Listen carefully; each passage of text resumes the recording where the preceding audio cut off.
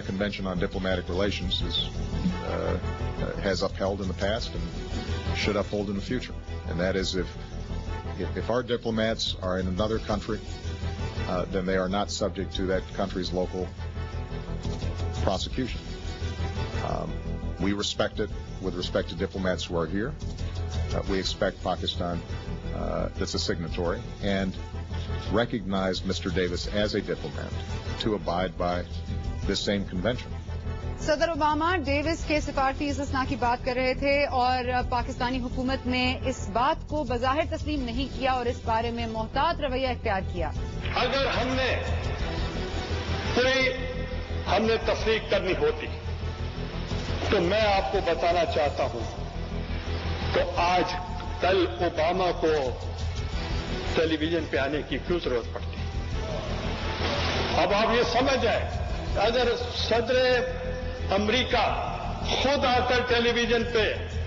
اس واقعے کو کتنے دن ہو چکے ہوں گے, کتنے دن ہو چکے ہیں, 22 دن ہو گئے. اچھا تو آج تک پہلی مرتبہ صدر اوباما ٹی وی پہ آیا اور کہا کہ اس کو امیونٹی ہے. آج جو سینیٹر کیری جو پاکستان کا دوست ہے, عملاً دوست ہے, وہ آیا ہوا ہے اور وہ بھی ہم سے ملاقات کر رہے ہیں. تو اب آپ خود سوچیں کہ اگر ہم ان کے ساتھ ہوتے تو ان کو ہمارے پاس آنے کی کیا ضرورت تھی. وزیر اعظم یوسف رضا گیلانی صاحب کہہ رہے تھے کہ اگر اس معاملے میں حکومت پر دباؤ ہوتا تو امریکی صدر اوباما پریس کانفرنس کیوں کرتے, ٹی وی پہ کیوں آتے اور سینیٹر جان کیری یوں چل کر پاکستان کیوں آتے. گیلانی صاحب نے کسی امریکی دباؤ سے بھی انکار کیا. امریکہ جو ہے وہ کہتے پریشر ڈال رہا ہے تو مجھے آپ بتائیں, کامن سینس کی بات ہے, آپ انٹرنیشنلی گھوم رہے ہیں, اگر ہم پر پریشر ڈال دیا ہوتے تو پھر ریمنڈ پاکستان میں تو نہ ہوتا. اگر ہمارے اوپر پریشر ہوتا, آج کتنے دن ہو گئے, تو ہم نے تو پہلے دن اور آج بھی اور آئندہ بھی یہ کہہ رہے ہیں the court has to decide. جب عدالتوں میں کیس ہے تو عدالت فیصلہ کریں گے. عدالت سے کے فیصلے سے پہلے ہم کون سا فیصلہ کر سکتے ہیں. وزیر اعظم یوسف رضا گیلانی کہہ رہے تھے کہ اگر ان پر دباؤ ہوتا تو آج ریمنڈ پاکستان میں نہ ہوتا, لیکن ساتھ ہی انہوں نے یہ بھی کہا کہ معاملہ عدالت میں ہے اور اس کا فیصلہ عدالت میں ہی ہوگا. تاہم اس وضاحت کے باوجود لگتا یوں ہے کہ حکومت کو دباؤ کا سامنا تو تھا, تاہم اس کا اظہار نہیں کیا گیا. ریمنڈ ڈیوس کا واقعہ رونما ہوتا ہے اور میں نے ایک خبر دیکھی ایک اخبار میں کہ وزیر خارجہ کہاں ہیں, شاہ محمود کہاں ہیں. شاہ محمود یہیں تھا, وزیر خارجہ موجود تھا, اس کو اپنی ذمہ داریوں کا احساس تھا, اس کو پاکستان کا احساس تھا, ہے اور مرتے دم تک رہے گا. لیکن وزیر خارجہ کو حکم تھا کہ اس پر خاموشی اختیار کرنی ہے. سابق وزیر خارجہ شاہ محمود قریشی کہہ رہے تھے کہ انہیں حکم تھا کہ اس معاملے پر خاموشی اختیار کرنی ہے. یہ اس بات کا ثبوت ہے کہ حکمران اس معاملے پر شدید دباؤ کا شکار شاید تھے, لیکن کہا جاتا ہے کہ پاکستان کی سیکیورٹی اسٹیبلشمنٹ نے اس معاملے کو سنجیدگی سے لیا. تاہم امریکہ کی طرف سے اعلیٰ ترین پاکستان کی سیاسی اور عسکری قیادت سے رابطے کیے بھی گئے, جس کے بعد اس معاملے کو حل کرنے پر بھی اتفاق لگتا ہے کہ ہو گیا. It is the strong belief of our government that this case does not belong in the court. And it does not belong in the court because this man has diplomatic immunity as an administrative technical employee of the Embassy of the United States in Islamabad.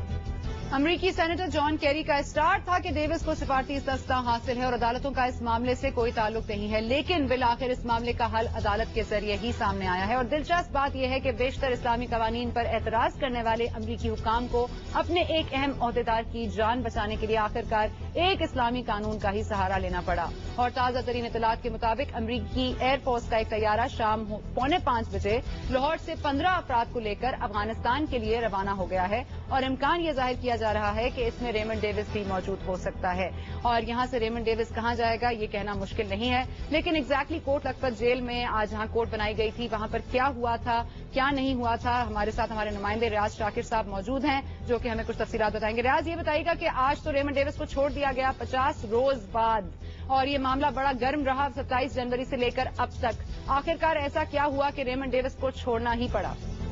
جی سنا، یہ آج دو جو پاکستانی شہری قتل ہوئے تھے فیضان اور فہیم، اس کے قتل کے مقدمہ کی آج فرد جرم عائد ہونی تھی ریمنڈ ڈیوس پہ، اور آج عدالتی کارروائی کو اس قدر خفیہ رکھا گیا کہ جو مقتول کے ورثہ کی طرف سے جو فیضان کے بھائی تھے عمران حیدر، ان کے وکیل کو بھی یہ پتہ نہیں تھا کہ عدالتی کارروائی کب شروع ہونی ہے، اور ان کا یہ موقف ہے کہ انہیں ایک کمرے میں بند رکھا گیا اور اسی دوران یہ ساری کارروائی کی گئی۔ ہم نے جب اس سلسلے میں عدالتی ذرائع سے رابطہ کیا تو ہمیں یہ بتایا گیا کہ آج عدالت کے روبرو جو ریمنڈ ڈیوس کے جو وکیل تھے جسٹس ریٹائرڈ زاہد بخاری، ان کی جگہ پر راول پنڈی کے ایک سینئر قانون دان راجہ ارشاد پیش ہوئے، تو ان کے ساتھ مقتولین کے ورثہ بھی عدالت میں آئے۔ اس موقع پر عدالت کو بتایا گیا کہ ورثہ نے ریمنڈ ڈیوس کو معاف کر دیا اور وہ دیت لینے کو تیار ہے۔ ذرائع نے ہمیں یہ بھی بتایا کہ عدالت کے اندر جو کوٹ لکھپت جیل میں قائم کی گئی تھی اسی میں ہی عدالت کے روبرو ہی 6 کروڑ روپیہ دیت ادا کی گئی ورثہ کو، اور انہوں نے دیت کے کاغذات پر دستخط کیے۔ سارے ورثہ موجود تھے کیونکہ جو شرعی طور پر ورثہ ہوتے ہیں ان ساروں کو موجود ہونا پڑتا ہے، ایک سائن کرنا پڑتا ہے، لیکن یہ ہمیں بھی اطلاعات موصول ہو رہی ہیں کہ جب وہ باہر نکلے ہیں تو انہوں نے کہا کہ ہم سے زبردستی سائن کرائے گئے ہیں۔ ہم جب دیت کے لیے 6 کروڑ روپے کی بات کر رہے ہیں تو کیا یہ کیش میں پیمنٹ دی گئی؟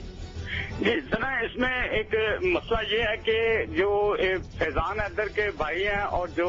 فہیم کے جو عزیز و اقارب ہیں، ان کے درمیان جو کچھ عرصے سے ایک رفت سی پیدا ہوئی تھی جو میڈیا میں شاید نہیں آ سکی، لیکن یہ باہر یہ اطلاعات آ رہی تھی کہ ان بھائیوں کے درمیان اور جو فیضان کی بیوی ہے زہرا، ان کے درمیان آپس میں ایک جھگڑا ہو رہا تھا جس کی وجہ سے یہ معاملات ان کے نبٹ نہیں رہے تھے۔ کچھ دن پہلے فیضان کی بیوی زہرا بیگم نے لاہور کی ٹرائل کورٹ میں یہ درخواست دائر کی تھی کہ وہ چونکہ اس کا شوہر قتل ہوا ہے اس لیے اس کے ڈرائیور کی بجائے اسے مقدمے کا مدعی بنایا جائے، اور وہ اس مقدمے کی مدعی بن گئی تھی، جس کے بعد عمران حیدر کا جو تعلق ہے اس مقدمے سے وہ ختم ہو گیا تھا۔ اب یہاں جن ورثہ نے یہ الزام عائد کیا ہے کہ ان سے نہیں پوچھا گیا، اس لیے قانونی طور پر جو ورثہ ہیں وہ مقتول کی بیوہ اور بچے ہیں، اس لیے وہ ان کی طرف سے کوئی ایسا بیان نہیں آیا گیا کہ انہیں نہیں پوچھا گیا یا ان سے زبردستی دستخط کرائے گئے ہیں۔ یہ جو مقتولین ہیں ان کے جو دوسرے ورثہ ہیں جو بھائی اور دیگر جو رشتے دار ہیں ان کا یہ موقف ہے کہ ان سے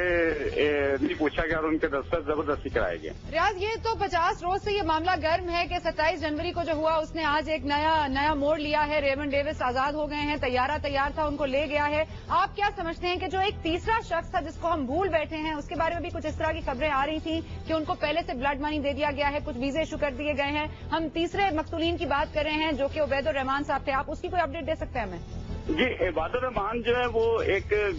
امریکی گاڑی کے زد میں آ کر ہلاک ہوئے تھے، اور لیکن پولیس نے ان کے حوالے سے بھی قتل کا ہی مقدمہ درج کیا ہوا تھا، اور ہمیں جتنا بھی یہ سین ہے جو کرائم سین ہے یا اس کے بعد جو صورتحال پیدا ہوئی جس میں ایک ریئیکشن کریٹ ہوا تھا، اس میں عباد الرحمان کی فیملی کہیں بھی نظر نہیں آئے گی، اور وہ بالکل الگ تھلگ تھے سارے عمل سے، اور وہ کسی ٹرائل کورٹ میں ان کے ورثہ یا کسی ٹرائل کورٹ میں یا کسی سڑک پہ احتجاج کرتے ہوئے نظر نہیں آئے، اور ہمیں یہ اطلاع تھی کہ ان سے معاملات جو ہیں وہ پہلے ہی طے پا چکے تھے۔ اچھا، جو آپ نے کہا کہ ریمنڈ ڈیوس کے وکیل جو تھے جن کو چینج کیا گیا آخری مومنٹ پہ، اب راجہ ارشاد صاحب ان کو ریپرزینٹ کر رہے تھے، یہ رقم دینے کے لیے وہاں پر کوئی موجود تھا، کوئی امریکی عہدیدار وہاں پر تھا؟ یہ رقم کس کے پاس تھی؟ کیا یہ انہی کے پاس، ارشاد صاحب کے پاس تھی؟ جی، ابھی تک جو ہماری اطلاع ہے اس میں یہ بتایا گیا کہ کچھ امریکی قونصل خانے کے اہلکار وہاں موجود تھے، لیکن یہ ابھی واضح نہیں ہوا کہ وہ رقم اہلکاروں کی طرف سے دی گئی یا ریمنڈ کی طرف سے جو وکیل پیش ہوئے انہوں نے یہ رقم انہیں دی۔ اور ناجائز اسلحے پہ 30,000 روپے جرمانہ، اور جو انہوں نے قید اب تک کاٹ لی ہے لگ بھگ 50 دن کی، وہ اس طرح سے ایک کمپنسیٹ ہو گئی۔ جی، اسے کمپنسیٹ کر دیا، اور عدالت نے وہ ٹیکنیکل لفظ استعمال کیا کہ جو سزا کاٹ لیا وہ انڈر گراؤنڈ کی جاتی ہے اور 30,000 روپے جرمانہ کیا جاتا ہے جو اسی وقت پے ہوا،